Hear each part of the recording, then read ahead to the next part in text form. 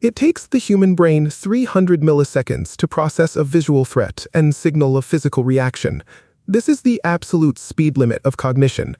Within that exact same duration, an edge compute processor executes a decentralized consensus protocol and locks onto a coordinate. While the human brain is still processing the first frame, the machine has completed 25 consecutive target discrimination cycles. For 2 decades, the public understood drone warfare through the image of a remote pilot, sitting in a trailer in Nevada, holding a joystick, and making deliberate targeting choices under strict rules of engagement. That image is now a historical relic. Remote operation requires a stable, high-bandwidth communication link, a link that is increasingly easy to sever. Modern electronic warfare arrays now saturate the spectrum with wideband jamming, physically shattering the data links between satellites and ground units. Over a contested front line, the radio frequency connection to a human pilot simply ceases to exist. When remote pilots are cut off, militaries face a choice: either surrender the airspace or delegate lethal target discrimination to onboard algorithms. Full automation is no longer a futuristic policy choice. In an environment defined by total electronic denial, delegating authority to the edge is the only mechanism for tactical survival. To survive without a data tether, engineers had to migrate the entire kill chain, perception, orientation, decision, and execution, onto silicon weighing less than 50 grams.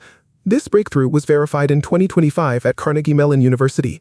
Researchers demonstrated that zero-shot frameworks could run massive vision language models completely offline, executing target verification directly on edge hardware. These edge chips process high-definition video at the sensor, identifying vehicle models and threat states in under 8 milliseconds. They achieve near-perfect damage assessment accuracy while drawing under 10 watts of power. The cognitive power required to classify and execute a lethal strike is now cheap enough to sit on disposable, mass-produced hardware. But individual autonomy is only the first step. If the radio links are dead, hundreds of these independent nodes still need a way to organize a coordinated attack. They coordinate via an optical mesh network.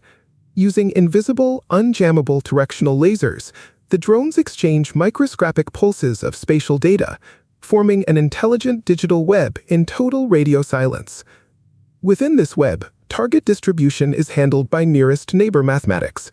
Using the consensus-based bundle algorithm, adjacent nodes resolve assignment conflicts in under 0.4 seconds without ever consulting a central command unit.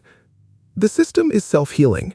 When a node is shot down, it doesn't break the formation. The downed unit switches to a low-power infrared beacon, instantly becoming a navigational reference point for the rest of the lattice. These swarm protocols turn combat losses into the very navigational infrastructure that keeps the rest of the lethal organism alive. The economics of this shift are devastating to traditional defense. A $1 million interceptor missile can be mathematically bankrupted by a saturating wave of autonomous drones costing $1,000 each. Defense acquisition has pitted to exploit this asymmetry.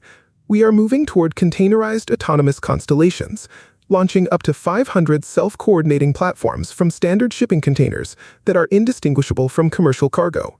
This architecture is already being codified.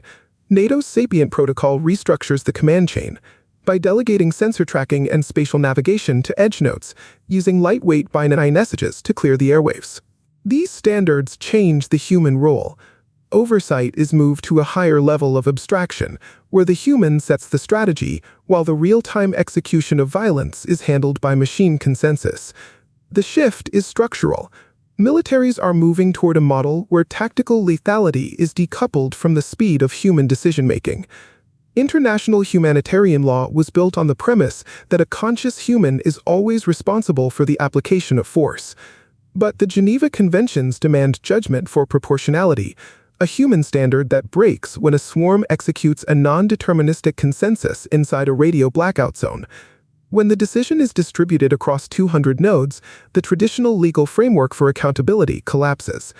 Because this architecture relies on commercial chips and open-source code, the monopoly on precision violence is no longer restricted to major nation-states. Any actor with access to global supply chains can now field industrial-scale lethality. We are left with the physical reality of the latency gap. As this human eye completes its 300 millisecond blink, the machines have already engaged. As kinetic engagements compress into these sub-millisecond horizons, they move beyond the boundaries of organic thought. The battlefield is now governed by machine-to-machine speed, where the human mind can no longer intervene in the cycle of violence.